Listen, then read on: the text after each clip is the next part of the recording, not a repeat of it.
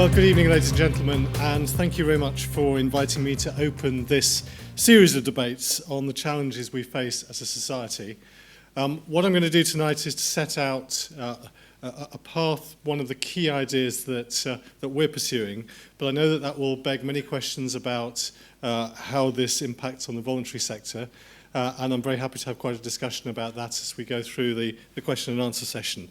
Always a little daunting to be the first to take on a new initiative, but hopefully I can do justice to the powerful ideas, concept, and set a foundation stone for the lecture series to come. And what I want you to do tonight is to walk you through what I believe is a revolution, tucked away amongst a range of measures designed to change the culture of government and its relationship with its contractors. One part, a key part of getting governments to do less and trusting those who can do the job better. Whitehall is famous, as you'll know, for its one-size-fits-all approach. The man from the ministry always seems to know best. But the truth is, today, it's a statist approach to government which I think is increasingly outmoded and ineffective. In part, discredited by some of the policy approaches of the past decade, which I think often took government to a point where it was out of touch with what was really going on in the country and its traditions and some of the practicalities of doing work on the ground. But also, I think, a result of a slow slide towards a world where all too often people are afraid to take responsibility, to make a decision for fear of not following the prescribed process to the letter, or worse, getting sued if they do. And one of the phrases that always drives me to distraction is, someone should do something about it, because actually it's us that has to do something about it. Too many people in all walks of life are now hidebound by reams of rules and regulations that are hard to understand and yet impossible to ignore. And I think this fear factor stifles creativity and starves the country of the innovation that made Britain the country that is what it is and what it has been across its history. And I think in particular, there is a huge amount of creativity in our voluntary sector that remains untapped and could do so much more. We're trying to change all of that. The Coalition is committed to a new form of government that treats people as adults, that is determined to leave behind the diktat of policy making in Whitehall, and instead let the people of this country do what they're good at, getting out there and getting on with it. Unleashing the creativity and energy of local groups, removing some of the factors that cause people to say, I'm not sure I should do that, I might get into trouble if I do. Allowing local communities who really understand the challenges they face to determine how they manage their own affairs in their own way. It's a sense of local responsibility that's always been in the DNA of the party I'm part of, so it's no great surprise that we are pursuing this path in government. It's also been part of the DNA of our coalition partners, and the desire to devolve, decentralise, push responsibility to the front line is something that has helped unify the coalition government. But turning this instinct for decentralisation and turning it into practical costed policies did not happen overnight. In my own area of welfare and employment, the reforms we are introducing represent a radical departure from the policies of the past. And while it seems very popular these days to talk about political journeys, we have certainly taken a lengthy journey in this country in terms of our approach to decentralising the welfare system. A number of milestones I could point to, but the so-called boom years of the past decade, the times when the previous government was talking about the economic miracle, I think is as good a place to start as any. The country was in the midst of a long run of economic growth. We had apparently abolished boom and bust, but even when the times were good, when the number of jobs in this country were increasing rapidly, millions of new jobs being created, millions of extra people in employment, we still had up to 5 million people on out-of-work benefits, consistently through good years and bad. Not only that, but as we know now with the benefit of hindsight, many of those jobs that were created were picked up by people coming into the UK from overseas.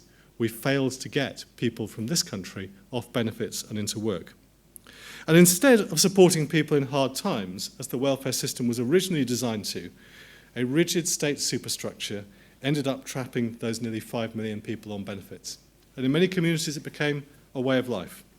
Welfare dependency was rife in streets and neighbourhoods up and down the country, where some people had lost any sense of an aspiration to a better life for themselves and their families. Worse, for many people, a faceless bureaucracy actually had the effect of eroding any sense of personal responsibility.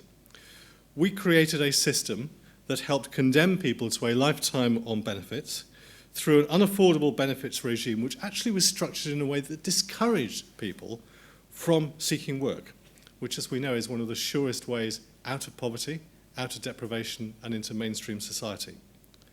A whole host of statistics illustrate the scale of that failure. But actually, to me, the one that always stands out is the fact that we ended up with almost 2 million children growing up in workless households, one of the worst rates across the whole of Europe, and a hugely damaging legacy for the next generation. So that was the starting point for some new thinking. Not just about how we might tear down the barriers to work and rebuild the benefit system, but more fundamentally about how we could reinforce the importance of work as a bulwark that supports more meaningful lives, stronger families, and more cohesive communities. Now, I got involved in that work 3 years ago when we launched a green paper in opposition setting out our plans for change. David Cameron set out the core principles of what we wanted to see in the introduction when he said, Labour's bureaucratic approach, and forgive the party politics, I'm quoting directly, has failed. We need a thorough overhaul of the way that benefits are administered. Our plans for welfare reform will help those who want to work into sustainable employment and cut benefits for those who refuse to work. They will give some of our most deprived citizens the opportunity to live independent and fulfilling lives. Above all, they will help more people contribute to the responsible society I want to achieve. Now, although I throw in a party political point there, actually what's been really exciting about the last few years is the way that actually that argument has spread across the political spectrum to a point there is genuine political unity now on the need to do this. The responsibility agenda forged the basis of the welfare reforms we're now implementing.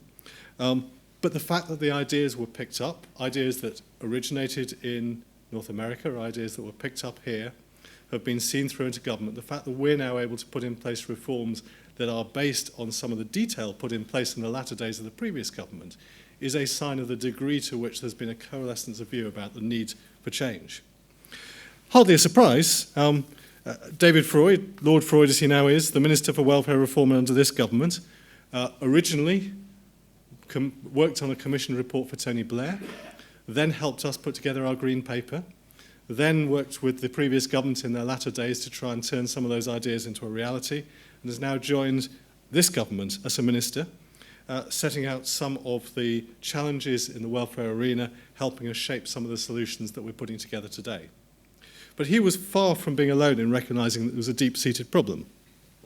Many of those in opposition today came to realise across the course of the last Parliament that the system was broken long before we actually stepped up to do something about it. So it's been a really good example over the last few years, probably the last 4 or 5 years, of the way that actually the political world has come together behind a set of ideas.